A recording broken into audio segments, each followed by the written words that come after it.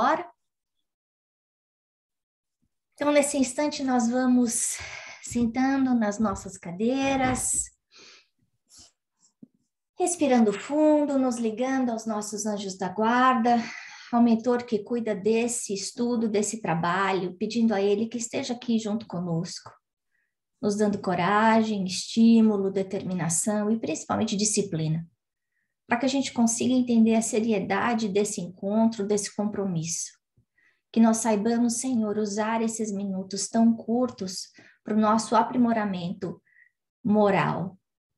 Que aprendendo um pouco mais da vida no plano espiritual, a gente saiba viver melhor na vida, no agora, aproveitando esse tesouro do tempo, que a gente só tem um minuto uma vez. Cada minuto só uma vez. Graças a Deus. Bom, como eu falei, esse capítulo 1, eu não vou fazer assim com todos os capítulos que a gente estiver estudando, mas esse, porque tem muito assunto que eu acho que é relevante, eu resolvi esmiuçar, né? Então, a gente está na parte 2 e a gente deve fazer mais umas 2 partes. Então, esse primeiro capítulo a gente deve dividir em 4 aulas. Então, eu achei interessante, porque se a gente for remontar a história da humanidade, a gente consegue aí listar vários líderes importantes que, de alguma forma, tiveram uma presença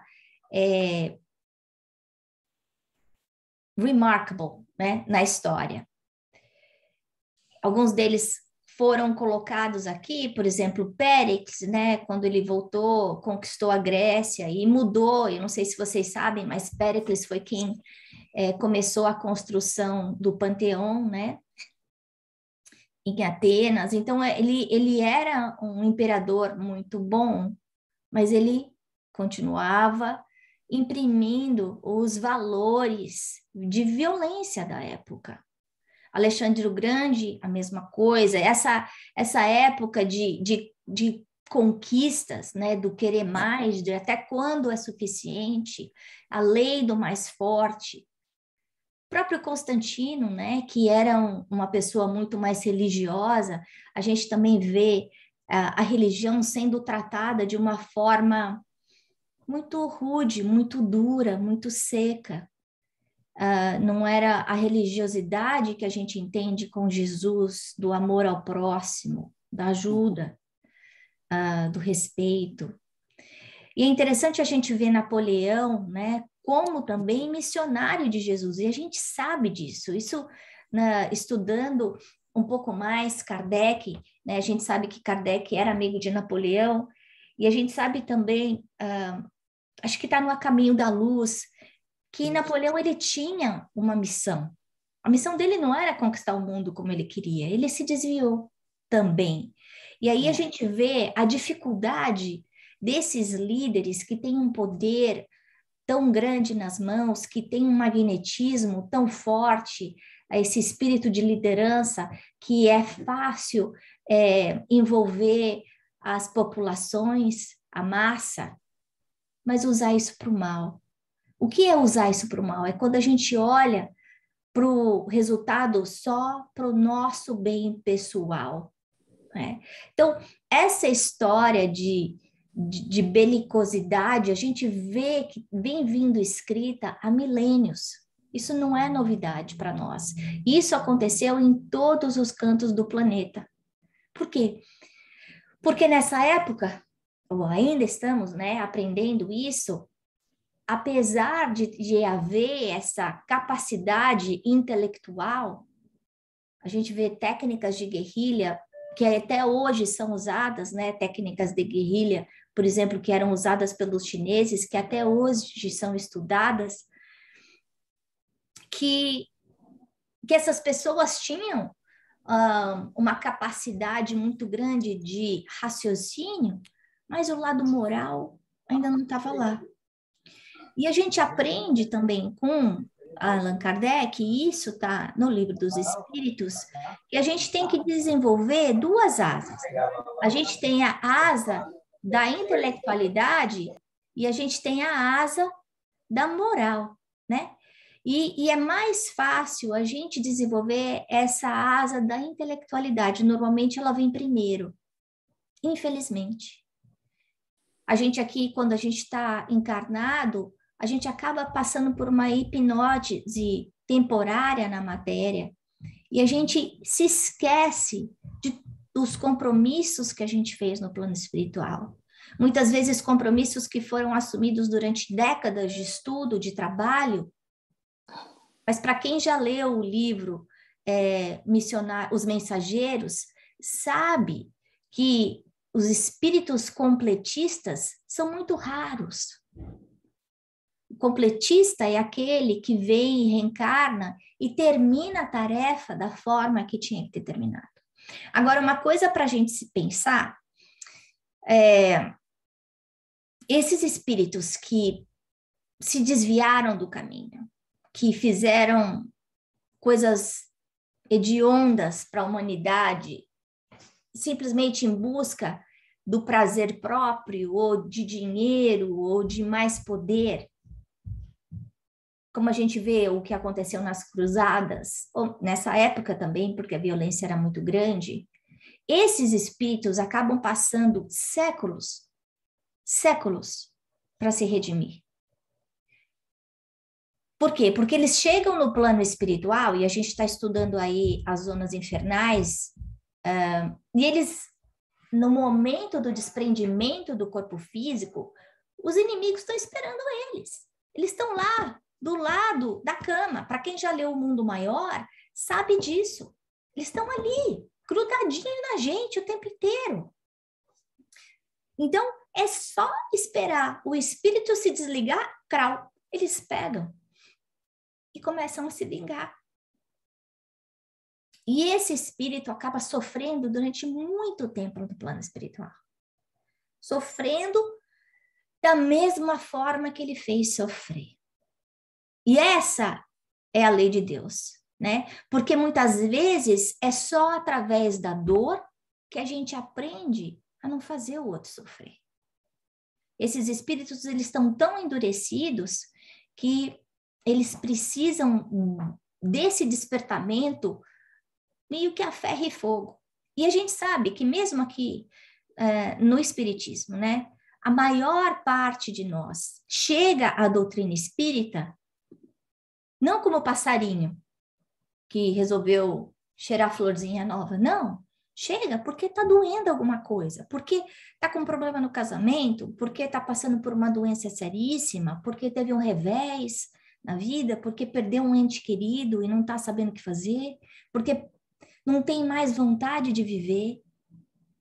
Então vem pela dor. A dor faz a gente acordar. Agora, da mesma forma que Deus auxilia quem está aqui, Deus auxilia quem está no plano espiritual. É como se fosse um grande sol que ilumina todos os cantos. Então, a gente não pode pensar que essas zonas tristes, infernais, elas estão abandonadas porque elas não estão.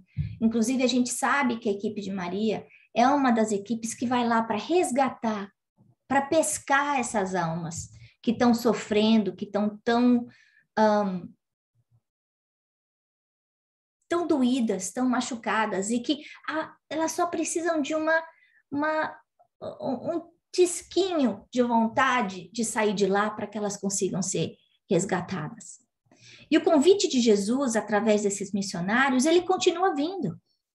Ele está aí para nós. E às vezes esse convite vem com uma mão dura, como a gente está vendo no Covid, que é uma experiência em que todos nós temos que experimentar. É claro, a experiência não é a mesma para cada um de nós. Porque para alguns de nós, a gente está perdendo familiares que a gente ama, ou a gente teve perda de emprego, está passando por dificuldades financeiras, ou está passando por sequelas doloridas. Mas a gente tem que entender que muitas vezes é esse remédio amargo, e é complicado a gente olhar para a dor e pensar, poxa vida, então isso aí, por quê? Para quê? Né? Mas é esse remédio amargo, muitas vezes, que vai fazer a gente ter essa quebra dessa casca endurecida de egoísmo, de arrogância, de orgulho que a gente traz dentro de nós. E se a gente não está passando por isso, não está passando por esses momentos tão complicados durante o Covid, porque, mais uma vez, a prova vem para todos, mas a experiência é completamente diferente para cada um de nós. Aqueles que podem amparar precisam ajudar. Então, vem aí não só essa oportunidade de crescimento através da dor, mas a oportunidade de crescimento através do amor. Então, quando eu coloco fraternidade, amor, compreensão, compaixão, eu estou servindo em nome de Jesus. Da mesma forma que isso está acontecendo aqui, isso está acontecendo no plano espiritual. Para quem já leu o livro do Divaldo, sabe aí que a gente está tendo esses milhares, milhões de pessoas desencarnando. Então, existe uma equipe, uma organização já pronta desde 2019 para receber essas entidades, para acolhê-las. Por quê? Porque vêm espíritos de todos os estados morais e todo tipo de conhecimento espiritual. E a mesma qualidade de vida que a gente tinha aqui, a mesma paz de espírito, entre aspas, que a gente tinha aqui, a gente chega lá também. Então, a gente tem que lembrar que agora é a oportunidade que a gente tem para esse despertamento consciencial, pensando, e aí, a morte pode bater na minha casa a qualquer hora. Eu acho que essa lição de impotência, de fragilidade, é muito forte na vida da gente. A morte nunca apareceu tão próxima para cada um de nós, independente de idade, de gênero, homem, mulher, de cidade. Pode acontecer com qualquer um, né? Não importa se a gente vive num castelo ou se a gente vive empoleirado. A gente sabe que ele vai vir para aquelas pessoas que precisam sofrer, experimentar aquela lição. E essa lição, ela está acontecendo, como eu falei, aqui no plano material e no plano espiritual, por causa da ligação de pensamento. E eu acho que esse é o ponto mais importante desse capítulo, é mostrar essa interligação entre o nosso plano carnal, nós encarnados aqui, e essa zona infernal. Por quê? Porque se eu penso egoisticamente, se eu ajo conscientemente fazendo mal, se eu não me preocupo em ajudar o próximo, eu sei que eu preciso, eu já aprendi, eu posso e eu não faço, qual é a qualidade dos espíritos que vão estar perto de mim?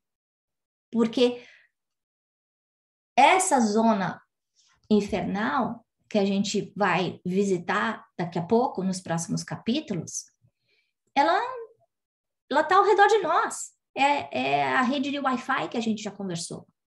Nós estamos misturados junto com ela. E é muito difícil a gente conseguir compreender isso na esfera física, né?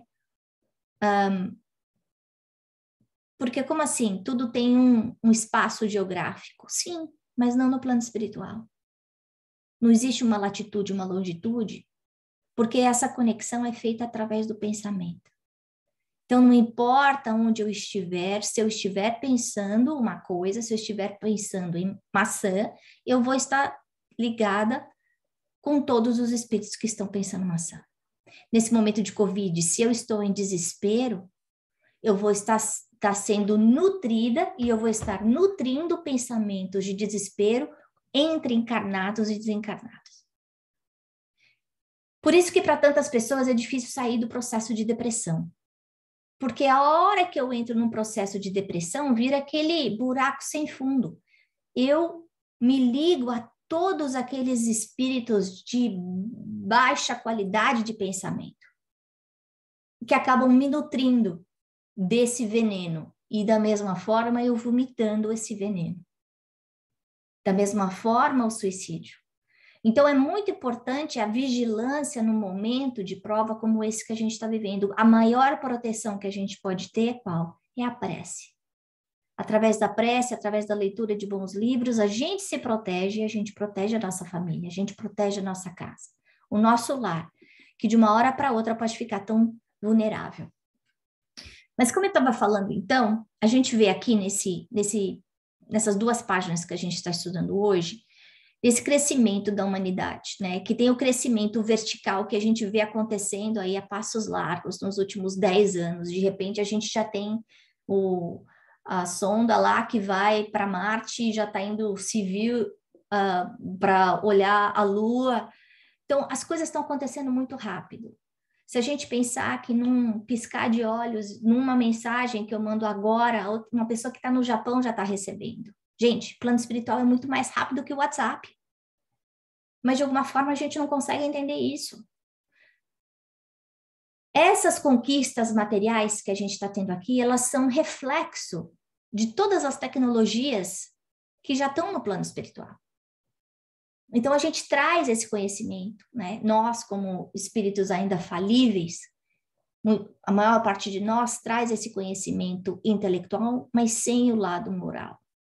A gente consegue, muitas vezes, encontrar cura para doenças complicadíssimas, como aconteceu aí com a lepra, que durante séculos aí matou tanta gente, de repente, no século XX foi encontrada a cura da lepra.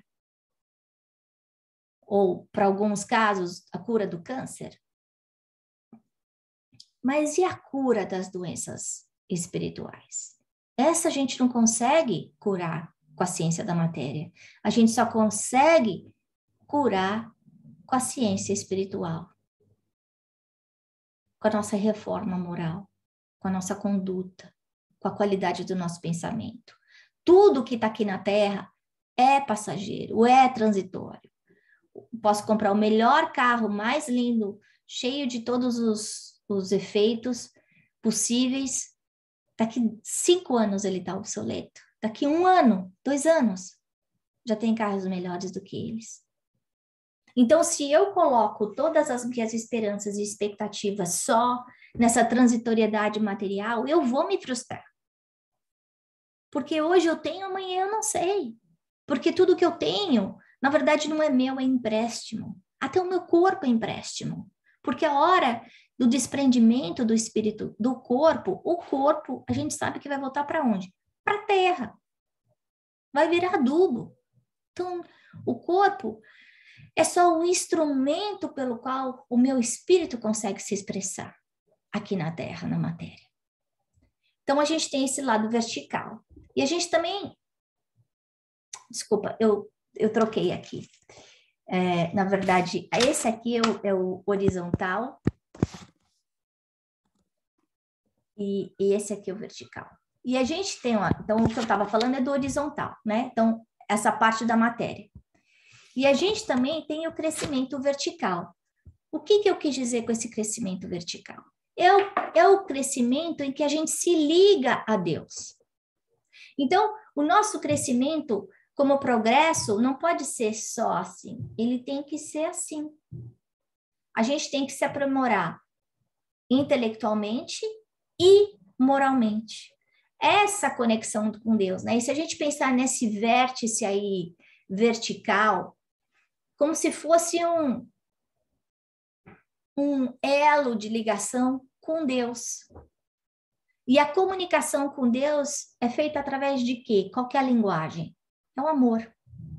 Deus que mostra a sua misericórdia para todos nós o tempo inteiro. Desde sempre, né? A gente pode errar 577 vezes a mesma coisa e ele dá 578 vezes para a gente acertar. E a fórmula é sempre o amor. É só através do amor. E é isso que a gente está vendo nesse capítulo. Que a única forma da gente curar essas doenças morais, essas doenças do espírito, é através do amor. Enquanto a gente não souber amar o nosso próximo, enquanto a gente não souber amar a nós mesmos, e o que é amar a mim mesmo? É fazer o que é melhor para mim, não egoisticamente. Se eu sei, por exemplo, que comer açúcar não é bom para mim, eu vou parar de comer açúcar. Se eu sei que ser maledicente não é bom para mim, eu vou parar de ser maledicente. E como é difícil isso. Mas a gente aprende, mais uma vez, no Livro dos Espíritos, que a causa de todo o sofrimento que a gente vive, todo, 100%, vem por causa de 2 fatores, que é o nosso egoísmo e o nosso orgulho. Se a gente cessar o nosso egoísmo e o nosso orgulho, a gente para de sofrer. Então, quando Jesus fala, o meu reino não é desse mundo, é para isso, mostrando para a gente que os tesouros eternos, o que a gente leva de verdade, vida após vida, são os nossos valores materiais e os nossos valores intelectuais. A gente não vai perder nunca. Essa é a conquista nossa. E se a conquista intelectual é importante para o nosso conhecimento, para o nosso crescimento horizontal aqui na Terra, e é claro, todo mundo gosta de ter água encanada, ter luz, poder ter um carro para dirigir, poder falar no telefone, isso é importante, é qualidade de vida. Pensou todo mundo vivendo como na época pré-histórica, mas não é suficiente. Não é suficiente quando a gente sabe que as pessoas do nosso lado estão sofrendo, estão passando fome, estão morrendo. Porque nós todos estamos conectados. É essa a mensagem. A gente está conectado com todo mundo, encarnado e desencarnado. Enquanto existir pessoas sofrendo no umbral e nas zonas infernais, nas trevas, a gente vai sofrer. A forma da gente mudar isso é a nossa qualidade de vida. E aí eu queria falar um pouco dessa falta de Deus, tanto aqui quanto no plano espiritual, né? A gente sabe, eu comentei há pouco lá das cruzadas, né? Então, as razões pelas quais as guerras acontecem, sejam por interesses políticos, sociais, econômicos, não importa. Mas toda vez que prevalece o egoísmo e o orgulho, a gente sabe que a gente está plantando sementes de espinho, que a gente vai se machucar. E a gente vê aí a qualidade do nosso planeta pelo reflexo, né? Pelo número de anos que a gente conseguiu viver nesses tempos todos, desde que a gente é humanidade com homens, 40 mil anos. Quantas décadas a gente conseguiu ficar sem guerras? Muito poucas. Mas enquanto a gente não coloca esse amor dentro da gente, continua um vazio, um buraco. Por quê? Porque todos nós somos filhos de Deus. A gente precisa desse nutriente, dessa conexão. É como se fosse aquele bebê com leite materno, com o abraço da mãe. Quando a gente não tem, falta alguma coisa. E hoje a gente se vê, engraçado porque o Divaldo cantou essa bola há anos atrás, que essa década ia ser a década da depressão. Que essa década ia ser a década entre o número de suicídios ia sobrepor o número de qualquer outro tipo de causa de morte. E a gente está vendo isso acontecer. Por quê? Pela falta de Deus. A falta de Deus gera a falta de esperança. A gente não tem esperança num futuro melhor, a gente não consegue entender o para que a gente está aqui. De onde a gente veio, para onde a gente vai. O que eu tenho que aprender? Por que eu estou sofrendo? Isso gera muita ansiedade, muita tristeza. E a gente vê que hoje a própria psicologia, ela está misturando essa ansiedade com a depressão. Antes eles separavam, mas hoje está muito ligada com o que a gente está vivendo. Mas enquanto eu não souber a equação mágica de curar essa ansiedade, essa depressão, eu não vou conseguir sair do buraco. E qual é essa equação mágica? A equação mágica que Jesus passou para a gente. Enquanto eu não souber servir, amar o próximo, eu não vou conseguir ser feliz. Essa é a equação mágica. E é por isso que a gente vê esses espíritos de alta envergadura que podiam estar lá, né? Como fosse história de quadrinho, lá em cima da nuvem, tocando harpa, tal. Eles não estão parados, lendo gibi. Não, eles estão indo ajudar. Porque quem mais sabe, mais serve. Os mais evoluídos moralmente são aqueles que fazem mais, vide Jesus. E a gente vê esses espíritos maravilhosos vindo aqui para a Terra como se fossem estrelas para iluminar a nossa vida, para servir de guia, de inspiração, para dar motivação, para dar esperança. Como o Chico fez para tantas pessoas, como o Divaldo vem fazendo há tantas décadas. Ele que provavelmente já completou o que ele precisava completar e que não vai embora. Por quê? Porque a gente precisa dele ainda. E por compaixão, por amor a gente, ele continua aqui, né? Encarnado, falando sempre a mesma coisa, a importância da gente colocar Deus na nossa vida. E esse momento de colocar Deus na nossa vida é agora. Então, eu coloquei 3 coisas para a gente refletir hoje. Isso, da importância da gente acender a nossa própria luz. E como é que a gente acende a nossa própria luz? Através do estudo, da vigilância, do trabalho no bem, da prece. A outra coisa que me chamou a atenção nesse capítulo foi a gente colocar em perspectiva os nossos problemas, né? Pensar no tamanho da Terra em relação ao universo, pensar no nosso problema, naquilo que nos irrita, com outros problemas que existem e que Deus está tendo que tomar conta. E a gente refletir sobre essa ligação que existe entre a reencarnação e o sofrimento. Que a gente pode olhar para o sofrimento como dor, mas a gente também pode olhar para esse sofrimento como escola, como aprendizado, como oportunidade de crescimento, né? A gente está aqui na Terra para aprender. A gente errou aqui como encarnado, a gente volta aqui, porque é aqui que a gente tem que aprender. E a gente aprende como? A gente aprende fazendo, a gente aprende vivendo a mesma experiência. É como se fosse aquela prática de matemática, que a gente tem que fazer 50 vezes o mesmo exercício até a gente entender. E enquanto a gente não entender, a gente vai voltar com o mesmo exercício de matemática. Então, é bom a gente aprender rapidinho. Porque a gente aprendendo rapidinho, a gente para de sofrer. Bom, era isso que eu tinha para falar para vocês hoje.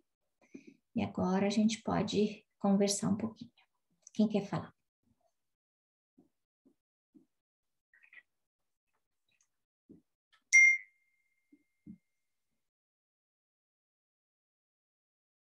Quem quer comentar?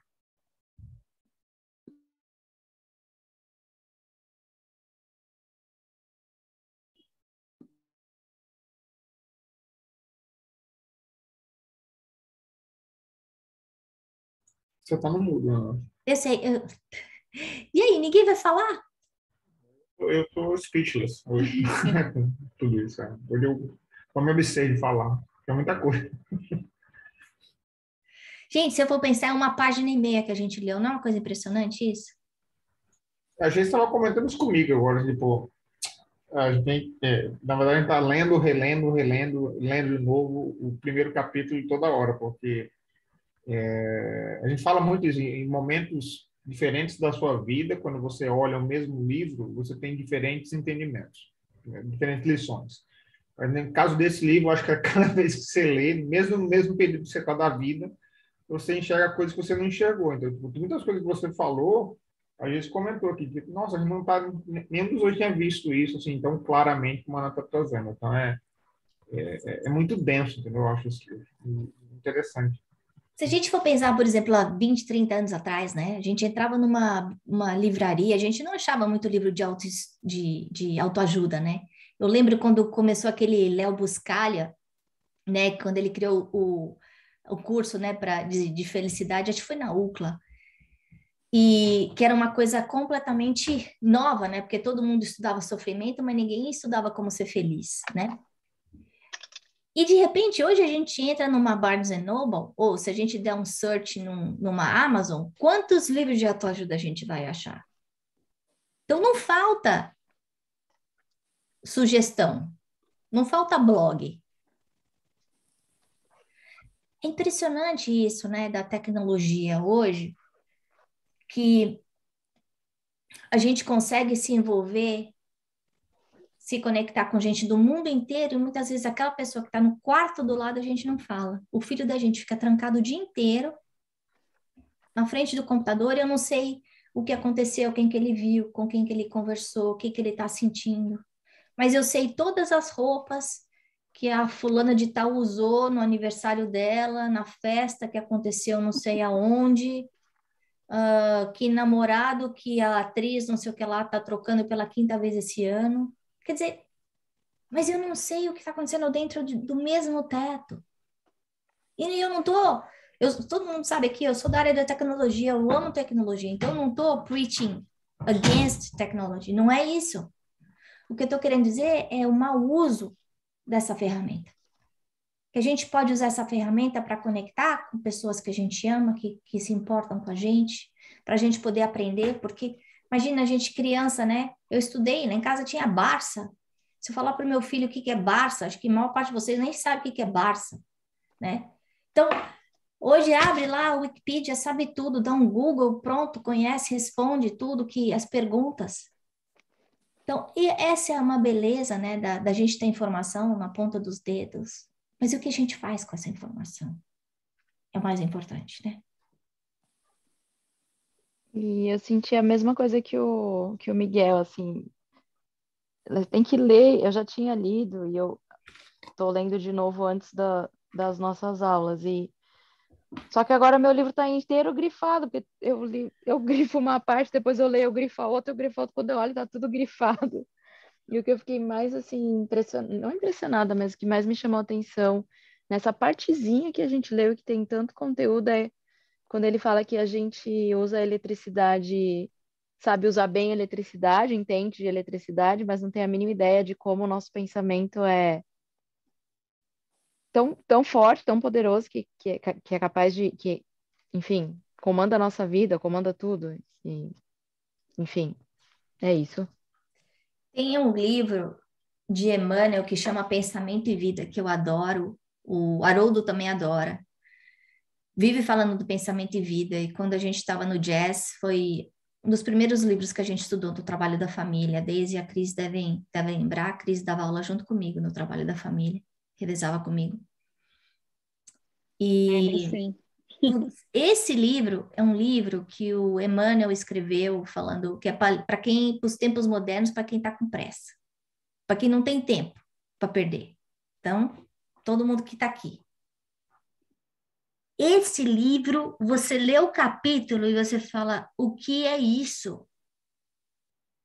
Ele escreveu o livro, sei lá, 50, 60 anos atrás. E o livro inteiro, ele alinhava um capítulo ligado a outro, todos mostrando a relevância da qualidade do nosso pensamento e, claro, a união entre o pensamento e a nossa qualidade de vida. Então, eu sugiro para vocês, esse livro tem disponível na Biblioteca Virtual Espírita, para quem não conhece, é só dar um Google, Biblioteca Virtual Espírita, é uma maravilha, tudo livro de graça, só baixar, tem lá, acho que todos os livros do Chico tem lá, os do Divaldo eu nunca vi, mas vários, milhares de livros, audiolivros, tudo que vocês quiserem. É livro de cabeceira, para a gente pensar mesmo. Né? E aí pensar nesses 90 mil pensamentos que a gente tem por dia. Uma pessoa normal, equilibrada, só tem 5 mil deles de qualidade. 5 mil! Os outros 85 mil ou é repetição, ou é preocupação, ou é coisa, ou é lixo. As pessoas que estão em depressão, elas têm menos do que 5 mil bons. Então, a gente pensar, prestar atenção no que a gente está pensando. Eu acho que é isso que eu quero falar. A gente ter consciência, né? Então, tá bom. Tô pensando de novo, eu vou perder o emprego. Não, o que eu tenho que fazer? Divaldo explica direitinho pra gente. A gente tem que pegar esse pensamento, isso tá em livro também, em Troca de Hábito, quem já leu aquele Atomic Habits, fala a mesma coisa que o Divaldo já falou, anos atrás. Você pega aquele pensamento e bota um pensamento bom. Também é técnica de psicólogo. Não tem novidade nenhuma. Mas o Divaldo já falou, ó, Joana Diana já deu essa dica há muito tempo atrás. Mas a gente prestar atenção, quantas vezes eu tô falando, ai meu Deus, mas ele é chato demais, ai como eu odeio meu chefe, ai meu marido de novo tá ranzinza, ai meu filho não aprende nunca, ai ele não vai... Opa, isso aqui... Então, e aí a gente vai juntando, né, de migalha em migalha, só lixo, só lixo, só lixo, só lixo. Qual é a impregnação que fica ao redor da gente, desse lixo todo que a gente juntou, pessoal? Já pensou? 90 mil vezes? Haja água e sabão, né? E aí a gente não tem 10 minutos para rezar.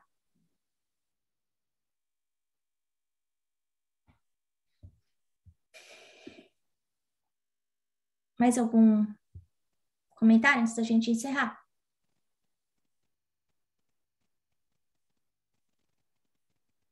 Você está em mute. Você está em mute, mãe.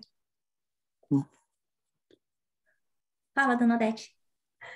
Não, é porque eu ainda estive lendo em Emmanuel, né? Aquele olhai, vigiai e orai. Esse olhai é tudo isso que você falou, que você tem que prestar atenção naquilo que você está pensando para justamente substituir por outro. E daí vigiar o seu pensamento para que você seja sempre firme no pensamento positivo, que você substituiu pelo outro negativo. E daí você ora. Então, olhar é ficar atento naquilo que você está pensando, né? Para depois você vigiar para permanecer naquela atenção e orar. Que está alinhado com a palestra que eu dei ontem, né? Pois é. Você falou em inglês. Eu falei em inglês, não exatamente. Nada. Eu fico vibrando, mas é justamente isso. Então, olhar primeiro. Então, preste atenção no que você está pensando. É bom, não é? Vai fazer bem, não vai. Depois você vigia para você permanecer nele, para fazer vigilância. Depois você ora. Né? É isso aí. Obrigada, dona Tete. Fala, mamãe. Nada. E aí vamos encerrar, que já são 8h10. Realmente, como a Ana comentou, o texto pequeno é muito profundo, muita coisa importante. Mas mexeu comigo, muito especialmente, mexeram 2 itens. Primeiro, a referência a Pasteur. Todos os outros exemplos de sucesso material, de conquista, de honra, de poder, passaram no tempo e não deixaram benefícios para a humanidade. Mas Pasteur foi um enviado de Deus que cumpriu bem a sua missão, realizou bem o seu trabalho. Na federação, nós temos uma aula no curso básico de homenagem a ele, porque ele é o mentor espiritual dos nossos passes especializados. O passe de perda de entes queridos, o de suicidas, o de dependência química, todos os... tem esse nome, P, P1, P2, P3, o P é de Pasteur. E nessa aula, uma ênfase que a gente dá é lembrar que depois de trabalhar tanto aqui na Terra, em benefício da humanidade, fazendo conquistas valiosas, de modo geral, as pessoas só lembram de Pasteur por causa da vacina antirrábica, que é uma bênção. Mas ele realizou outras 10 tarefas igualmente importantes. Ele salvou a manteiga em Paris, ele salvou o vinho na França, a praga de galinhas, enfim. Onde ele ia, ele identificava a bactéria, o micróbio, o vírus e resolvia o problema. E aí, voltamos ao que a Ana falou. Um espírito dessa envergadura desencarnando vai ficar na nuvenzinha tocando harpa? Claro que não. Né? Por isso é que o nosso texto de hoje diz: ele ajudou muito na saúde, no bem-estar material, no planeta. mas ele não conseguiu corrigir, curar, sanar as doenças morais. E aí, quando ele desencarnou, ele começou a fazer esse trabalho. Não é lindo?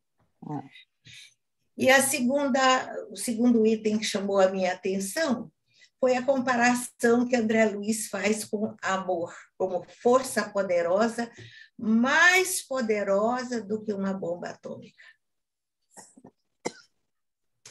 A gente tem que aprender a amar, né? Pois é, a gente vê aí, como a gente vai ver nesse capítulo, né? A força do amor mesmo.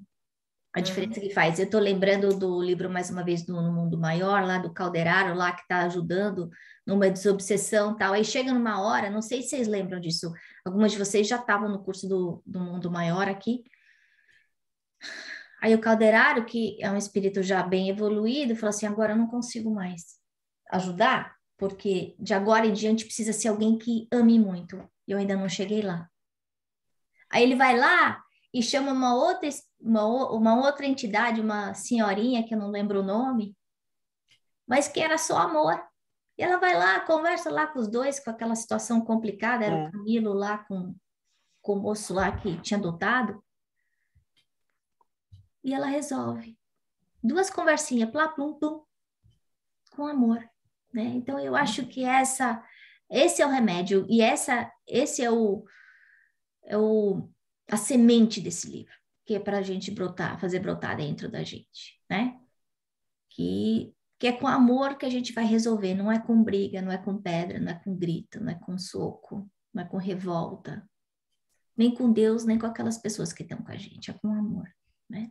Ana, essa pergunta que você fez aí, você estava aqui quando a gente estudou aquele livro, me fez pensar o seguinte: alguns do grupo começaram lá com o Nosso Lar, acho que nem todos, porque o Nosso Lar você começou lá na Califórnia ainda, né? Uhum. Então, tem gente que acompanhou desde o começo, tem gente que pegou no meio, tem gente que pegou no fim. E a gente fica sempre preocupado que livro vai escolher para estudar depois que terminar o que está em pauta. Uhum. E eu queria fazer uma sugestão. Quando a gente acabar a libertação, a gente podia começar de novo o Nosso Lar, rever toda a série, porque livro de André Luiz não é para ler, para ser estudado uma única vez, né? Eu vejo isso pelos meus, que nem foi o Geis? Foi a Aline. A Thalita falou que grifa? Pois Aline, a gente grifa e quando numa segunda leitura a gente encontra mais coisas para grifar. Então fica a sugestão aí, projeto para o futuro. Vamos pensar nisso. Então vamos encerrar. A gente sabe que nessa noite é uma noite muito especial, porque a gente tem, então, a equipe de André Luiz cuidando da gente, não só da parte espiritual, mas principalmente da parte física. E a gente entrega nesse instante as nossas preocupações a esses espíritos que nos amam tanto, que nos acolhem, que nos inspiram, que cuidam da nossa família, do nosso lar. Pedindo nesse instante, Senhor, que possa haver uma grande limpeza em cada uma das nossas casas, envolvendo todos os encarnados e os desencarnados. Principalmente, Senhor, se houverem aqui espíritos em cada um desses lares interessados na desarmonia, no desequilíbrio do lar. Que nesse instante a equipe de André Luiz possa acolher a cada um deles, ajudá-los e levá-los até escolas e hospitais onde possam ser ajudados. E que cada um de nós, Senhor, que mora nesses lares, possa receber nessa noite aquele passe espiritual de doação, de equilíbrio.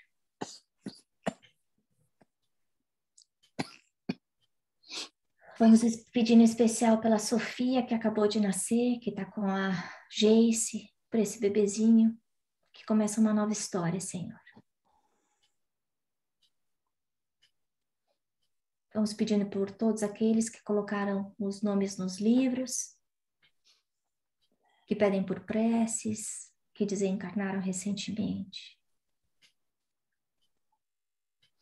Vamos pedindo por todos aqueles, Senhor, Espíritos que ainda estão perdidos, buscando a luz, mas olhando só para dentro.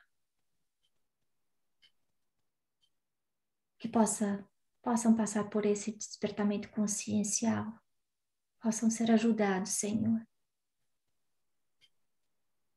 pela misericórdia do Pai. E assim nós te pedimos, querido André Luiz, que esteja conosco durante essa semana e que possamos estar juntos na próxima quinta-feira, graças a Deus.